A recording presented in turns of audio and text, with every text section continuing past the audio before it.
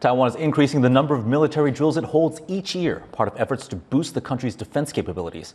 Our reporter Jaime Ocon is following this story for us, and he joins us live from here in Taipei.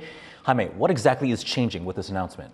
Well, Taiwan's Central News Agency is reporting that annual air and maritime live-fire missile drills in southern Pingtung County are going to be conducted more frequently in the future. Now, we don't exactly know what that means in the sense of how many more exercises are being added to the yearly schedule, but what we do know is that Taiwan's military likes to use live-fire ammunition to give its soldiers more of a realistic combat training experience. Now, Taiwan has invested billions of dollars in its defense against China, which sees Taiwan as part of its territory and is threatened to invade the country. And so Taiwan specifically has been investing in anti-air and anti-ship missiles. So this news of more exercises on a yearly basis is probably just an attempt to get its soldiers more familiar with these really complex and advanced weapon systems.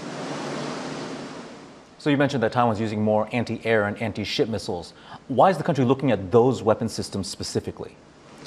Well, anti-air and anti-ship missiles are a critical part of Taiwan's defense because if China were to invade Taiwan and get troops on the ground here, it can only do so by sea or by air. And both are incredibly complex to do because Taiwan and China are separated by over 100 kilometers of ocean in the Taiwan Strait. And also, these missiles are part of Taiwan's asymmetric defense strategy, which is a focus on smaller, more mobile, and more lethal weapons to defend against a larger adversary. And when I mean larger adversary, you can take a look at defense spending between the two countries. China spends 12 times more on its defense than Taiwan, but that doesn't mean that it's game over for Taiwan, and it just means that Taiwan needs to adapt to this changing threat, and that's where these anti-air missiles come in handy. One anti-air missile can cost about $1 million and can take out $100 million enemy aircraft flying in the region. And so this asymmetric strategy, or also known as the porcupine strategy, is meant to make Taiwan as prickly as possible so that China doesn't even attempt an invasion on Taiwan in the first place.